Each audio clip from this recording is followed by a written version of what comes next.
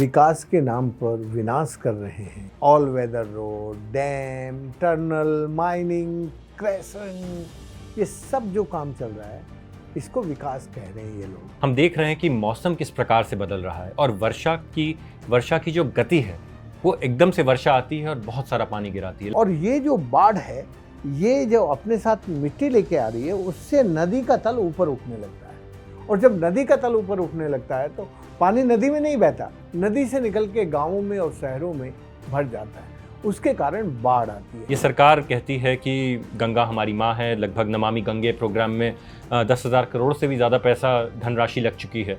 लेकिन जब हम देखें कि गंगा पे जो बांध हैं वो इस समय सारे के सारे बहुत खतरे से भरे हो चुके हैं। गंगा की बीमारी बढ़ाई जा रही है और सरकारें, मुझे समझ में नहीं आती कि अपने आप को सांस्कृतिक सरकारें, जो अपने को सांस्कृतिक आध्यात्मिक पक्षधर की सरकारें बोलते हैं, वो गंगा का अध्यात्म और संस्कृति को समझते नहीं हैं। हम सदियों से गंगा को माँ कहते आए हैं, पर हमने कभी माँ जैसा व्यवहार नहीं किया गंगा के साथ। हम कर रहे हैं केवल घाट बनाने पर खर्चे और कुछ बड़ी कंपनियों के एसटीपी प्लांट खरीदने पर खर्चे, और वो चल नहीं रहे हैं।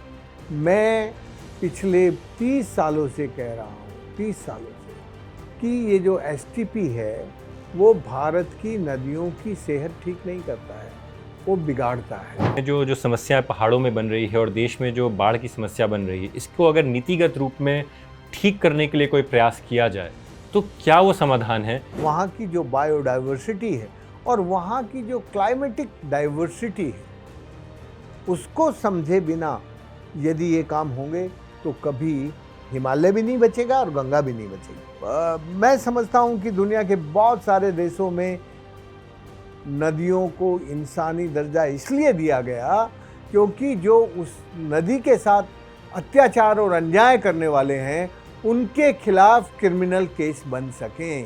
भारत को ड्राउट और फ्लड फ्री करना है तो भारत के फ्लो को स्लो करना होगा। नमस्कार दोस्तों, आप सभी का स्वागत है द वायर पे और मेरा नाम है इंद्रशेखर सिंह।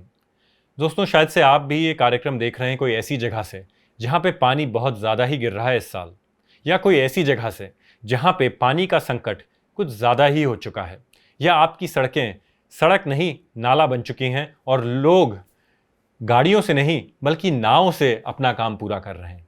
दोस्तों, ये है इस समय देश के कई सारे क्षेत्रों की कहानी, चाहे वो कश्मीर हो, चाहे उत्तराखंड हो, चाहे उत्तर प्रदेश हो या चाहे राजस्थान। कई सारे ऐसे डिस्ट्रिक्ट हैं, ज़िले हैं जहाँ पे इस समय बाढ़ का संकट बहुत तेज़ी से मंडरा रहा है, पानी रुकने का नाम नहीं ले रहा है। तो दोस्तों, ऐसी परिस्थितियों में क्या करना चाहिए भारत को? क्या हमारे नेताओं ने कभी इस बारे में सोचा कि जब वायुमंडल का असंतुलन होगा और पानी कुछ ज़्यादा ही गिरेगा तो कैसे चलेगा ये देश? दोस्तों, इस समय देश के कई क्षेत्र रुक चुके हैं, लोग डर से गए हैं, कोई राजनीति की वजह से नहीं बल्कि पानी की वजह से।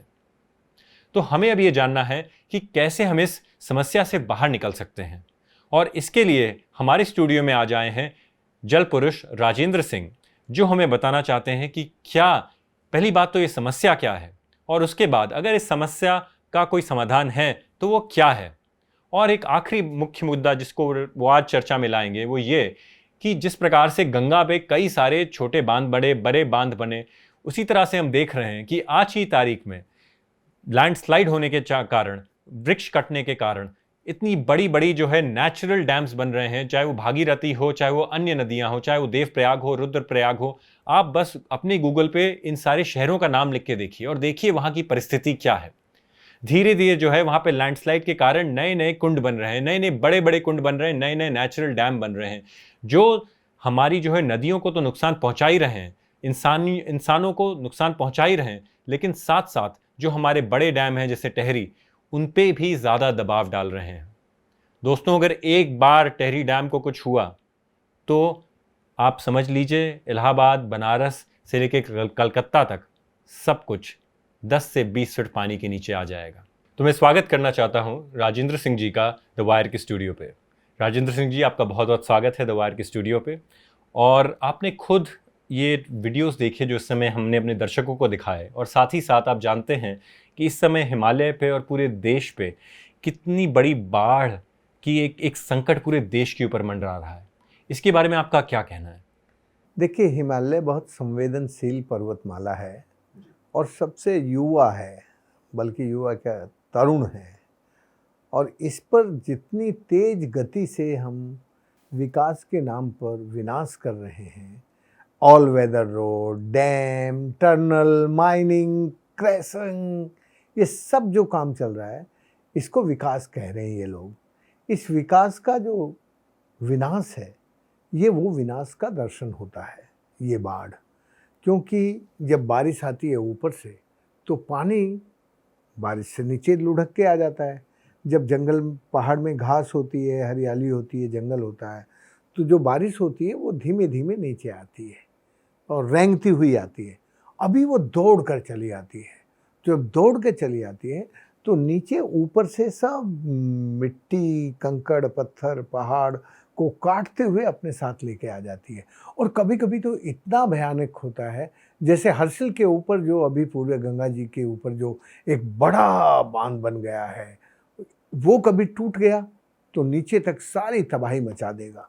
अब ये जो बना है, ये इसलिए बना कि ऊपर से सीधा पानी ऐसे सीधा कट के आया और वो जो पहाड़ था उसको काट के अपने साथ पानी ले आया, और वो पानी उस धारा में आगे रुक गया वो, और रुक गया तो पीछे तक पानी फैल गया।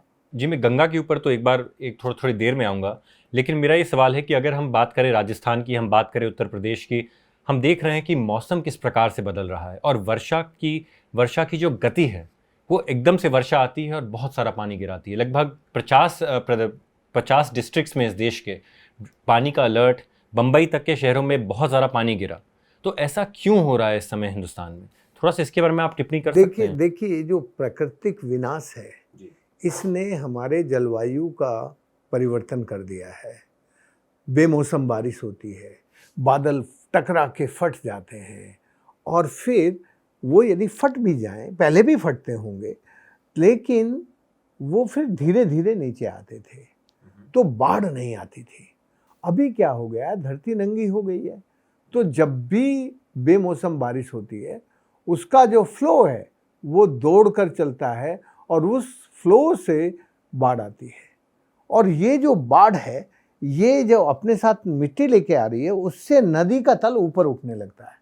और जब नदी का तल ऊपर उठने लगता है तो पानी नदी में नहीं बहता, नदी से निकल के गांवों में और शहरों में भर जाता है। उसके कारण बाढ़ आती है। बाढ़ का मूल कारण है कि जब भी बादल पानी लेकर आए, उसकी बूंद बूंद टपक कर धरती के पेट में जाए तो बाढ़ नहीं आएगी। जब बादल आया और पानी बरसा और वो धरती के पेट में नहीं जा रहा है, वो इकट्ठा होके बह के नीचे छोटी छोटी धाराओं से बड़ी धाराओं में और बड़ी नदियों में नीचे आ रहा है, तो जब वो नीचे आता है एकदम से, तब वो नीचे बाढ़ लाता है। और जहाँ से वो ऊपर से कट के आया, वहाँ सुखाड़ लाता है। इसीलिए मैं हमेशा कहता हूँ कि बाढ़ और सुखाड़, ड्राउट एंड फ्लड, दोनों एक कोइन की टू साइड्स हैं, एक सिक्के की दो पहलू हैं। तो ये दोनों एक दूसरे के साथ जुड़े हुए हैं। यदि हम सुखाड़ का इलाज करते हैं तो बाढ़ का इलाज ऑटोमेटिक हो जाता है। इसका सबसे बड़ा प्रमाण है हमारा राजस्थान। हमारे राजस्थान में जो हमने पानी का काम किया पिछले 50 सालों में, अभी बाढ़ आई ना राजस्थान में, 3-4 दिन से बाढ़ ही आ रही है ना, रोज बाढ़ सुन रहे हो ना। कोटा में जहां जिन 15-20 गांव में हमने काम किया उसमें बाढ़ नहीं है, बाकी कोटा में बाढ़ है। सवाई माधोपुर में है, करौली में है, धौलपुर में, जहां जहां हमने पानी का काम किया वहां बाढ़ नहीं है और ना वहां सुखाड़ है। यदि बारिश नहीं भी हो 2-3 साल तो भी वहां कुओं में, धरती में पानी रहता है। तो ये होता तब है जब दौड़ते पानी को चलना सिखा दें और चलते पानी को रेंगना सिखा दें और रेंगते पानी को धरती के पेट में बैठा दें, फिर उसको सूरज की नज़र ना लगेगी, उस पानी से जीवन चला लें। अभी हो ये रहा है कि जब बारिश आती है तो सारा पानी बहकर नीचे आ जाता है और नीचे लोगों को डुबोता है, बाढ़ लाता है और फिर ऊपर सुखाड़ आ जाता है। जी, यहाँ से देखिए, ये तो आपने बहुत बेहतरीन तरीके से दर्शकों को समझाया कि ये क्या प्रिंसिपल है, किसके कारण बाढ़ आती है और इसका इसका सॉल्यूशन भी क्या है, इसका समाधान भी क्या है। मैं थोड़ी बात अब गंगा जी के बारे में करना चाहता हूँ। ये सरकार कहती है कि गंगा हमारी माँ है, लगभग नमामि गंगे प्रोग्राम में 10,000 करोड़ से भी ज़्यादा पैसा धनराशि लग चुकी है।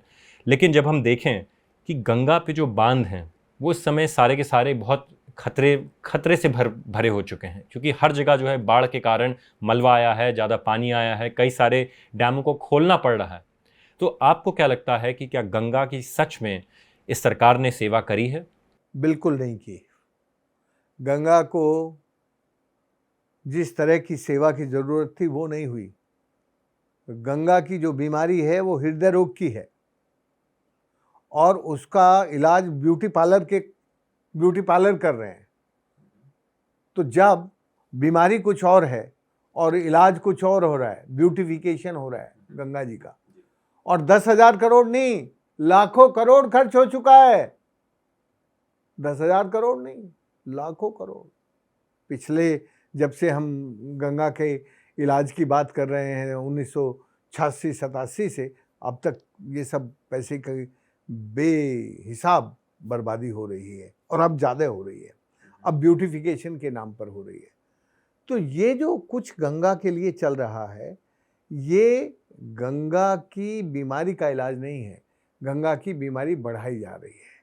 और सरकारें मुझे समझ में नहीं आती कि अपने आप को सांस्कृतिक सरकारें, जो अपने को सांस्कृतिक आध्यात्मिक पक्षधर की सरकारें बोलते हैं, वो गंगा का अध्यात्म और संस्कृति को समझते नहीं हैं।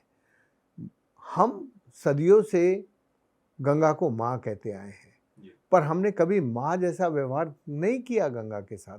अभी जो माँ के साथ व्यवहार हो रहा है, सारे गंदे नाले जा रहे हैं और उसके तट दोनों तरफ ब्यूटिफिकेशन के नाम पर घाट बनाए जा रहे हैं।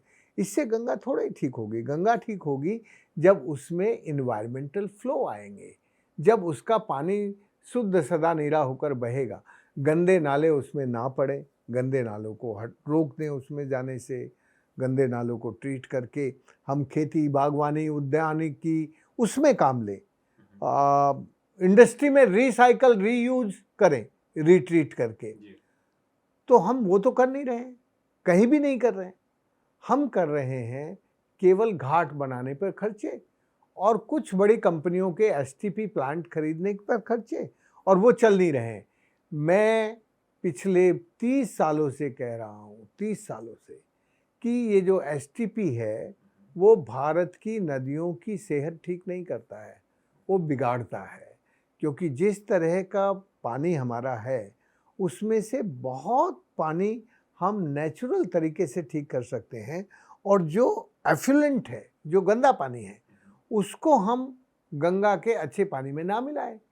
हम उस गंदे पानी को ट्रीट करके, रिट्रीट करके, रिसाइकिल करके, रीयूज करके काम में ले लें।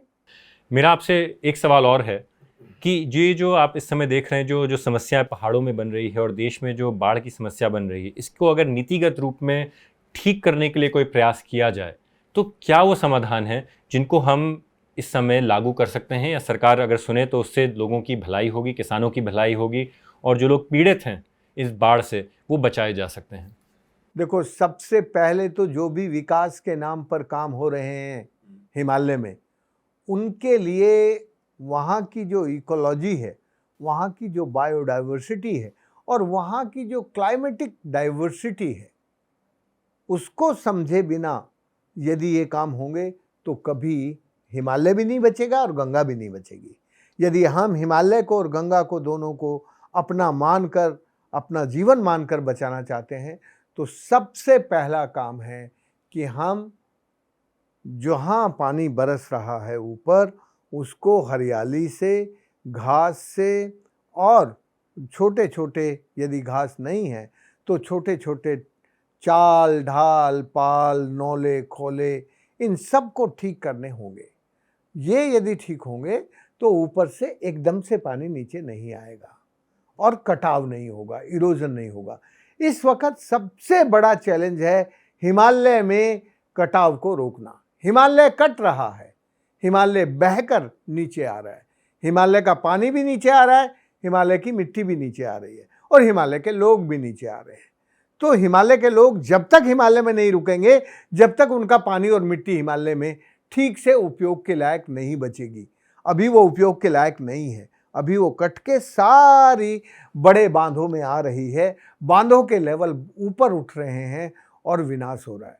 इसलिए हिमालय में सामुदायिक विकेंद्रित मिट्टी और जल के प्रबंधन को बढ़ाने का काम सरकार को करना होगा, तब वहाँ विकेंद्रित प्रबंधन होगा जगह जगह पर, छोटे छोटे जगह पर, तब वहाँ का कटाव रुकेगा।